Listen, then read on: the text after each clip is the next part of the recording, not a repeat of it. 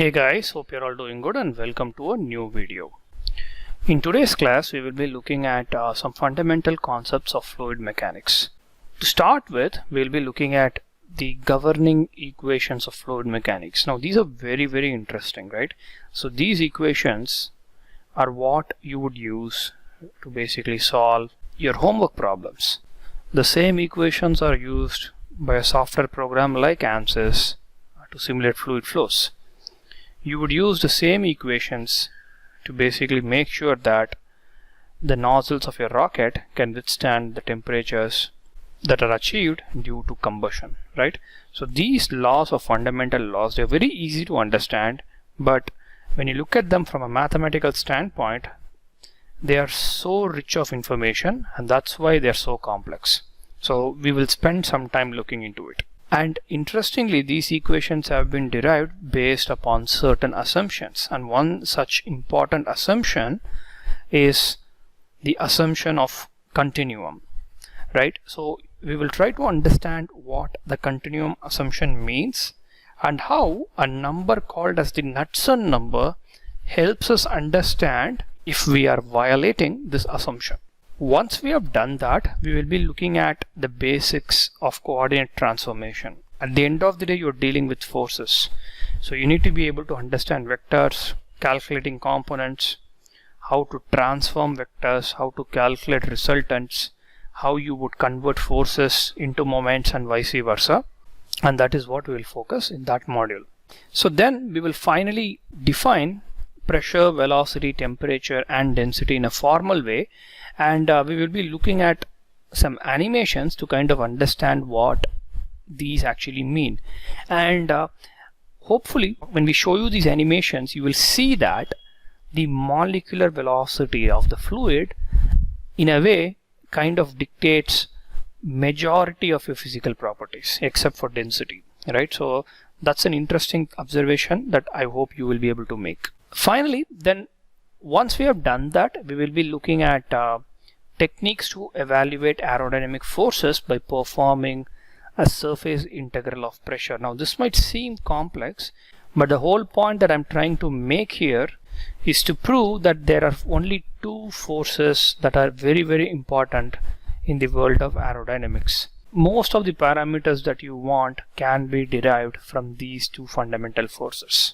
So I will be performing pen and paper calculation to estimate the pressure force and shear force and show you the relationship between these quantities and the normal force and axial forces. So then we will talk about fluid flow regimes. So here we will primarily focus on viscous flows, or at least understanding what viscous flow means, and we will talk about the difference between compressible flows and incompressible flows, and we will look at the effect of Mach number in determining the flow regime of the problem. And in this topic, we will finally look at the effect of Mach number in determining if a problem is compressible or incompressible. Once all of this is covered, we will be able to give you a simple, easy to understand definition of what aerodynamics is all about. So let's get started. So the first thing that I want to show you is laws of fluid mechanics. You can have these laws in two ways. In English, it essentially says that mass, momentum, and energy can neither be created nor be destroyed, but they can be transferred. Now that's plain English for you. However, if you want to write it in a mathematical form so that everyone understands this exactly the same way, then you get this messy looking second order partial differential equations. So these are what you would call as the Navier-Stokes equations. Now historically, only the momentum equations were called as the Navier-Stokes equations, correct? But as time passed, in the community of computational fluid dynamics engineers and fluid dynamics engineers, it kind of seemed acceptable to call the continuity equations, the momentum equations, and the energy equations together as the Navier-Stokes equations. Okay? So the Navier-Stokes equations, each of them represent a particular rule. So if you take a look at continuity equation, this partial differential equation says that mass can neither be created nor be destroyed. And if you look at these momentum equations, they are nothing but a force balance equation. It is essentially telling you that rate of change of momentum is equal to the resultant force on the object, right? That's what X, Y, and Z momentum equations are. and energy equation tells that energy can neither be created nor be destroyed. So if you take a look at the momentum equation, this is essentially time rate of change of momentum. Okay, so time rate of change of momentum is being computed, and in other words, the derivative is with respect to time. And if you take a look at these convective terms, you call them as convective acceleration, right? These terms are essentially derivatives with respect to space. So these are what you call spatial derivatives. And similarly here you have spatial derivatives. For example, this is kind of an important term. This is called as the pressure drop term, right? It essentially tells you how pressure changes as a function of x, changes as a function of y, and changes as a function of z. Now from your calculus you might recall that in order for these things to be computable, in order for you to be able to compute derivatives, pressure should be a continuous function, right? You might have studied this, and I hope you recall that. So essentially what it means is, if you have a fluid, if there are spaces, right, in between or voids, then it kind of says that, hey, this equation is not applicable. But here's the thing, at the end of the day, fluid is made up of molecules, right? And molecules have spaces in between them. We all know that. Exactly. So if you are at that scale, right, if you are at a very small scale where you are dealing with molecules, then this set of equations are no longer applicable. Okay, these set of equations require that you do not look at the problem at such a zoomed in level, and in fact you have to kind of zoom out so that it looks like the molecules are all together and essentially you see that there are no gaps, right? That's kind of the whole idea. And in order to reiterate and give you a better explanation, I've made an animation for this which I'm going to show you. So here, for example, what I have here is a cup filled with water. Okay, now what I'm going to do is I'm going to mark these points. Okay, so I have a few red points, and in those red points I'm going to measure a fluid property. The property that I'm going to measure is called as density, which tells me how tightly the fluid molecules are packed. Now when I look at this water at this level of zoom, right, you can see that I'm just seeing water, right? I don't see the individual molecules move around. In other words, everywhere I look, it seems that water is always present. But what's going to happen, you know, if I zoom in between any of these 2 points, right? So for example, let's take these 2 points. Again, between these 2 points, let us try to add a few more sensors where we are measuring densities, right? Say these smaller balls. Now again, when I look at this, it seems like there's water everywhere, and there is no region, say, between these 2 balls where the water is not there, right? In other words, we are still in the continuous domain. So now what I'm going to do is I'm going to repeat this process again, right? So this time we have zoomed in even more, and it looks like again it's not a problem, it's completely continuous. But at some point I'm going to be looking at it at a molecule level, right? I'm playing with molecules at some level, and I'm going to be looking at the molecules on an individual basis. So this is kind of an exaggerated picture, right? This is not real molecular simulation, so it's just a simple animation, right? So if you see this image, you can see that all of them are molecules, right? The blue balls represent water molecules. Okay, again, these are not technically correct because the molecule of water is shaped differently, but that's not the point here. The idea is you have water here, and then to find the next water molecule you have to travel some distance. Between these 2 molecules you don't have water, right? There's no water in there. Similarly, from this molecule to this molecule you don't have anything in between. So if I'm computing density here, right, for example, if you look at the location of our sensor, density sensor, the density is nothing but the weight of water in 1 meter cube of space. But here, if you look at this, there's no water there, right, in that particular location. So wouldn't density be 0? Technically yes, and that's why you should not measure density at this level. You should measure density by zooming out so that you continuously see water, right? So in other words, at this level it's okay to measure density, whereas if you are zoomed in at this level, it's not okay to measure density. And this is what you call as the continuum assumption. In real life, when you zoom in really close, you are going to be seeing molecules, whereas in the continuum assumption we just assume that no matter how far we zoom in, there is always water going to be present. And this is what you call as continuum assumption, and this is the foundation of the Navier-Stokes equations. So in other words, you cannot use Navier-Stokes equations when you're dealing with rarefied mediums or mediums where the density is very, very low. What can be an example of that? Well, outer space. In outer space, the density is very, very, very small, right? It's almost close to zero, right? So in order for you to find molecules, you might have to travel several meters, several kilometers to find those two molecules. So in those type of problems, you cannot use the Navier-Stokes equations because your derivatives are no longer computable, right? And in such cases, there's a technique called as the lattice-Boltzmann method, which is used to perform computational fluid dynamics, okay? In other words, Navier-Stokes equations would be a subset of the lattice-Boltzmann equation, okay? I hope that makes sense. Now, in this example, we have a cup of water, right? And when I showed you the first image, right, or the first section, the water in the cup is still, right? It's not moving. But when we are looking at the molecules are all moving, right?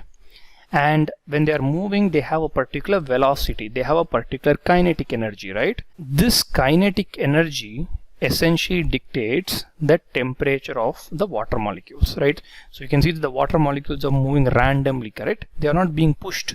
They are moving randomly. The speed at which these molecules move is essentially proportional to the temperature, right? So the higher the temperature, the faster the motion is, the faster the velocity is. And that's why at the start of the lecture I mentioned that the molecular velocity is an important parameter, because even though it's actually velocity, it essentially tells you what the static temperature is. And though the water looks stationary, you can see that the molecules are continuously moving and they might collide with each other, right? Because these molecules move, they have a particular momentum, and because the momentum also changes, since the motion is random, there is going to be a rate of change of momentum, and rate of change of momentum is nothing but force. And when this force is applied on, say, the neighboring water molecules, right? Again, you should not be looking at this at a water molecule level. Again, think of a continuum. The whole point is, because of the molecular motion, there are forces that are inherent even in a still cup of water. These forces, when they're applied on an area, essentially give us a pressure value, right? And this pressure is what you call as a static pressure. So static pressure arises because of the random motion of these molecules. But again, if you look at random motion of molecules, the primary thing that you want to describe there is their velocity, right? And that's why the molecular velocity again is a key parameter. At the end of the day, the number of molecules that are present in a given unit volume. But again, you should not be measuring it at this scale. You should be zoomed out of it. All right. So one interesting thing, right? So when you look at it at this level, this is what you would call as a continuous domain, right? Whereas on the right hand side, the example that we have is essentially, you might have guessed it, is discontinuous domain. Okay. I hope that makes sense. So let me just close this video and I'll show you another video. So in this video, we just have a bunch of molecules, guys. And what I'm going to do is, as these molecules are randomly moving, all right, there is a distance called as lambda. So lambda is what you would call as a mean free path. So essentially, mean free path is the distance that a molecule will approximately travel before it collides with another molecule. Okay, so you can imagine that lambda is a very, very small number. All right, again, lambda is the mean free path. Now, if I take a look at the domain size, for example, if I take a domain size, meaning, I have, if you take a look at the size of this video frame, right? And if this is lambda, can you guess how big the frame is? The frame is 10 times lambda, right? So Knudsen number is essentially lambda divided by essentially the length of the domain. So which would be 10 lambda. The length of the domain is 10 times lambda. So lambda divided by 10 lambda is 1 by 10. And that's what a Knudsen number is. When Knudsen number is 0.1, that means you are really zoomed in. You are at the molecular level, and in that case, continuum assumption is not valid. So how do we make sure that continuum assumption is valid? Well, you need to zoom out, right? In other words, the frame size of the video should be much larger than lambda. So for example, let me just zoom out really, really big. So now the frame is 1,000,000 times larger than the mean free path. So hence the Knudsen number is the inverse of that, 1e minus 6. So these are key concepts that you need to understand, right? So you need to make sure that when we are dealing with aerodynamics for automotive applications, we primarily use Navier-Stokes equations for it, which means continuum assumption has to be valid. So which means the Knudsen number has to be 1e minus 6 or smaller than that. 1e minus 8, 1e minus 9, that works. It cannot be really small. It cannot be really large, like 0.1 or 0.2. That means if that were the case, you cannot use Navier-Stokes equation for describing that particular problem. Okay, so now let me move back to the slides. Okay, so now let's take a look at pressure, velocity, temperature and density, right? So fluid static pressure, right? As I mentioned, even though the fluid might look still, its molecules move. Because of that, there is locally at every point in the fluid, there's change in momentum which results in a force, which results in a pressure, and that pressure is what we call as the static pressure. Now, when you take velocity, velocity of the fluid contains two components. One, there is random motion, which is what we saw, right? The second thing is the bulk motion. So what do I mean by bulk motion? In the same example, right, the water cup, if I was taking the cup of water and if I was pouring it down on the floor, right, that is what you call as bulk motion, meaning when I'm really zoomed out, right, when I'm really zoomed out, the water is moving as a whole, which is what you call as the bulk motion. In addition to that, if I were able to somehow zoom in into the water as the water was falling down, the molecules in the water would still have the random motion. And that's why I mentioned that there are two components. Now, temperature. Temperature is essentially how fast the random motion is, right? And density at the end of the day is how close these fluid molecules are packed together. Okay, so at the end of the day, these are the fundamental or primitive variables in fluid mechanics. Essentially, with these variables, you can determine the property of any fluid system or any thermal system that's out there. So you need to make sure that you understand these terms very well, you know what their units are, and you need to be able to define these variables and remember how they are computed if you are really serious about getting into aerodynamics or CFD. Okay, all right, so the next thing that we need to be really familiar is fundamentals of vector calculus. So we are going to be first looking at the basics of vectors, right? So primarily we are going to be looking at something called as dot products. Before we look at dot products, we will refresh our fundamentals in trigonometry. Then look at dot products, we'll look at its physical meaning. And we'll jump onto an Excel sheet where I explain what coordinate transformation is all about. So that being said, I think the video is already long enough, so it would be a good time to take a short break right now, and I'll see you guys in the next one. Thank you. Bye.